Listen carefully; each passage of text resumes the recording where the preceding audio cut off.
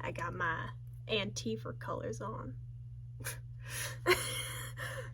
So have you ever gone down like a Wikipedia rabbit hole where you start at one point and then you just end up in a completely different area? That's how this video is gonna seem, but I swear there's like a cohesive argument in there somewhere. You just gotta hang in with me. That being said, hi, my name is Spencer. I use he, they pronouns. A couple weeks ago, a content creator named Pointcrow faced copyright strikes from Nintendo. He faced these copyright strikes specifically because he was playing modded Breath of the Wild content, which basically means that the content had been bought and then changed in some way.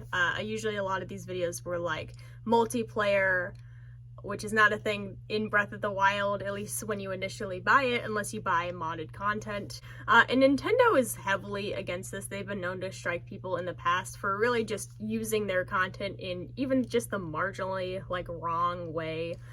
They even struck content that was not modded Breath of the Wild content. They basically were just having a free-for-all with it. This understandably caused a lot of discussion around the legitimacy of copyright in online spaces. One of those online spaces being the Hasan broadcast. I know. I'm actually kidding. I really like Hasan's content. If you don't know who Hasan is somehow and you were watching my video, he's a leftist political commentator on Twitch. And he's been involved in a lot of like controversies and stuff. But if you were looking for someone who can describe like leftist ideas fairly simply, like really easily to understand, I absolutely recommend his content. Again, if you somehow have never heard of him at this point. Hasan has been very outspoken about his hatred for copyright, understandably so, especially considering some context is that he grew up in Turkey, and a lot of content that is available just in other places is not available in Turkey, so he would have to pirate a lot of content. So he understandably is very much so against copyright as a general concept. He believed that art should be, free for all. And I will say I do agree, but this caused a lot of controversy within his community, specifically with artists in his community talking about how copyright helps them specifically, which is what I'm going to get into, is does copyright actually help small artists? While it is true that work can be generally copyrighted relatively easily for most people, it is enforcing that copyright that tends to be expensive. Many artists know that the largest threat to smaller artists online especially is larger corporations stealing their designs and then implementing it into something else. Particularly like large-scale chain clothing brands like Forever 21, Shein, Urban Outfitters, those are brands that have generally come under fire for stealing designs from other people. Now, a lot of these companies do make quite a lot of money off of their designs, whether they are stolen or not. But I do want to make it very clear that in Nintendo's case, they were not stealing Pointcrow's content and then doing whatever with it. They were specifically striking Pointcrow because he changed or was playing something that was changed about their content. But this really does show that there's a very clear difference between a corporation like Nintendo striking someone for playing modded content and a small artist trying to, stop their work from getting stolen. Large companies like Nintendo generally make a lot of money, and they can use that money to hire excellent legal professionals who can make sure that they are enforcing their copyright, rules in general, or basically just enforcing their ideas of how their content should be used. Example would be Pointcrow playing modded content, which they disapproved of. But generally, it seems pretty harsh. Like, on the surface level, it seems like, yeah, they're changing the content and then doing something else and then making money off of that. Nintendo should be able to strike them, right? No. Like I said previously, companies like Nintendo make a lot of money, which means that when they strike these content creators, especially smaller content creators, it's sort of, doesn't really do anything except for harm the people making that content, Nintendo is like a multi-billion-dollar corporation, and the money that they're going to get from Pointcrow is like chump change. It doesn't actually amount to anything in their case, so it doesn't really the only thing they're doing is basically just picking on the little guy, in a sense. So let's say in a hypothetical situation that an artist is able to copyright all of their works for less than like $100 each, right? Which is still too much for even most artists, arguably. But let's say for this artist, they are able to do that successfully. Now let's say that a nameless mega corporation steals their designs and implements it into something else. Well, that artist is, under law, absolutely able to seek action against that corporation for stealing their copyrighted designs. However, this artist is still relatively small, and this corporation is huge. So it's pretty safe to say that no matter who this artist hires to defend them in this action of like trying to get back at this company for stealing their designs, the legal professionals that this company hires are likely going to be much more capable of handling the situation. This isn't to say that, like, you know, shouldn't fight against corporations stealing your designs. In fact, usually corporations will just send money to the artist to sort of like whisk the problem away, or maybe they'll take that item down from their websites. But in general, in the hypothetical situation that these people do actually go to court and like battle it out, the corporation is probably going to win just because they have more money, and the system that we live in benefits those who have more money. Even then, let's say that an artist cannot afford to copyright their work. That means that a corporation can then steal their design and then copyright it further, which could then mean that they could take legal action against the original artist for using their own design. So all in all, at least in my opinion, copyright does not seem to be the best course of action for artists in general. But that raises the question of what is the best course of action? How do we make sure that we are protecting the artists in the system that we live in? Not to get a little radical here, I keep talking with my hand, what the fuck is up with that? But not to get a little radical here, but one of the best courses of action for people who are underrepresented tends to be collective action. One medium, art joke, of collective action would be an artist coalition, in this instance at least. There are many artist coalitions or artist associations nationally, but there is a increasing problem that is shown both with artists and just leftist politics in general, and that is collective action itself, working together to come to a solution. But why is that? Many leftists or generally left-leaning organizations in general tend to have a very common problem, which again is working together. They're definitely unorganized, to say the least. Even though like a lot of people would have you believe that they're not unorganized, they definitely are. A great example of that would be Antifa. Conservatives would have you believe that like Antifas are these like super hyper-militarized, effective group of commies who are gonna put CRT and hormones into your kids' schools. But that's not how that works at all. At most, the Antifa movement is just a group of loosely connected socialists who are too busy fighting with each other to actually try and make any real change. And this is coming from someone who personally identifies as an anti-fascist, okay? I'm Antifa, like I know what's up. We're not connected, I swear. Or maybe that's just what I want you to believe. No, I'm kidding. That being said, we need a genuine collective organization of leftists and the working class individuals in general to be able to fight for our own rights, and that includes artists. I mean, look at MAGA supporters, for instance, and this is going to get into the larger problem of like US politics, but look at MAGA supporters. They are a huge, not even that big, really. They're a relatively decent-sized group of conservatives who came together and were closely intertwined enough that they thought that they could overthrow the government.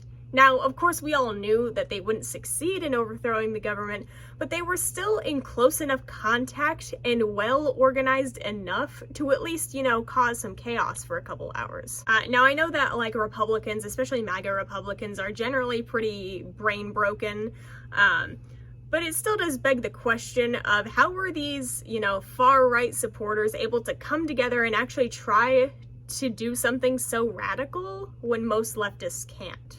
The most common argument that I kind of see is essentially saying that, like, we're too smart for our own good, in a sense. We're too busy, you know, focusing on theory and debating and fighting each other to actually come together and create some sort of movement, which is partially true. I will say leftists do fucking love to debate all the time. You're looking at one. I love arguing. It's so fun. But it doesn't really lead to a lot of working together. It mostly just leads to people hating each other. Generally speaking, in the United States, we have a two-party system, meaning that you are usually either Democrat or Republican. And with our dumb American brains, we have sort of tricked ourselves into believing that Democrats are left, whereas Republicans are right, in terms of like political scale. And we see this confusion constantly, even in our day-to-day lives. I have a cousin who constantly refers to me as a liberal, and I have tried to explain and like make it clear to him many times that I am technically a leftist or a socialist, not a liberal.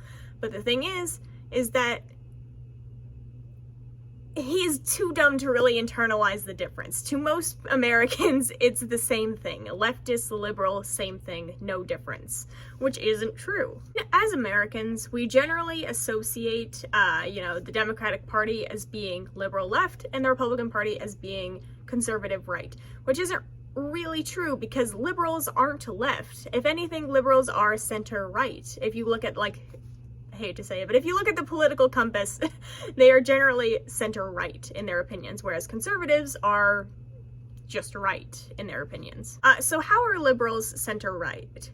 So if you look at general liberal beliefs, they believe in private property, limited government, but what makes them woke, or what makes them left in a sense from our American perspective, is that they believe in individual rights, or consent and bodily autonomy. Think like abortion, things like that. So we generally sort of take this very small aspect of liberalism and then essentially say oh yeah, they're basically socialist, which not true. They advocate for private property, very clearly not socialist, but okay. So, as I have explained, the Democratic Party is center-right, whereas the Republican Party is right, which means that in the system that we have created, there is no actual legitimate space for leftists in American politics, which reduces us to arguing on Twitter and just fucking ranting on YouTube videos.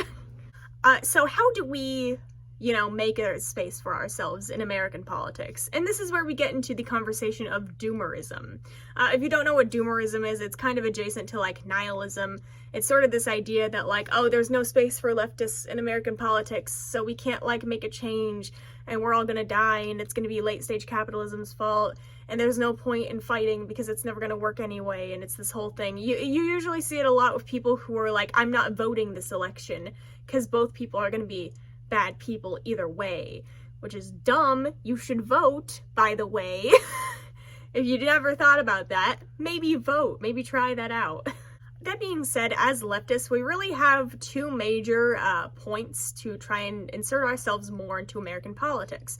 One is to continue inserting ourselves into the Democratic Party and hope that our ideas will take root, which won't really work that much. I mean, it will a little bit, but at most we'll get what we've had for the last 100 years, which is they'll implement one aspect of our ideas only for Republicans to turn it over, a couple decades later, and that's about it. Not to say that you shouldn't get involved with politics or even the Democratic Party. I'm just saying that you're not gonna abolish private property through the Democratic Party, The second option is abolish the two-party system, which also isn't super likely. I mean, don't get me wrong, I have hope. I hope that we can, achieve these things. And out of either of these two options, I hope that we abolish the two-party system, because if we get rid of political parties in general, that means that, oh my god, people might actually have to think about what they're voting for, which means that they can't do party line voting, which means that they'll actually have to listen to things. Crazy. It's almost like you should have been doing that in the first place. This makeup looks so good. So like I said, I want to have hope. I want to have hope that we can actually change the system. I don't want to be a fucking doomer, okay? I don't want to think that it's all going to be pointless and the system's going to fail us and it's going to be awful. I don't want to do that. I want to think that we can change the system that we live in, and I want to think that we can stop caring about pointless internet arguments. But in order to do that, we have to acknowledge the real problems in our society and work together to fix them. Putting this into a real world example, Vosh, another leftist political streamer, Hasan, and I all have things that we disagree on. However, we all generally agree that housing is a human right. So theoretically, we could, I mean, I don't have nearly as large of a platform as either of those creators, but theoretically, we could work together and actually try and advocate for, you know, better housing for people.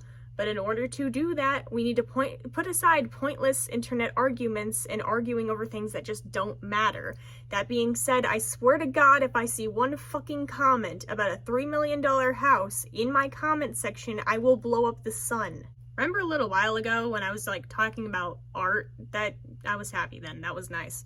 But I hope that this video like made like some little micro bit of sense, hopefully. But all of that is to say that we should abolish copyright. We should overthrow the two-party system. You should join a coalition. You should fucking unionize your workplace. Doomerism is bad. Stop arguing on Twitter. And if you liked this sort of ranty style video essay, sort of, not really, kind of, you know, let me know. Or if you want to see some of my other content, I also make content about art history and about Satanism. And if you're interested in that, you should go check it out.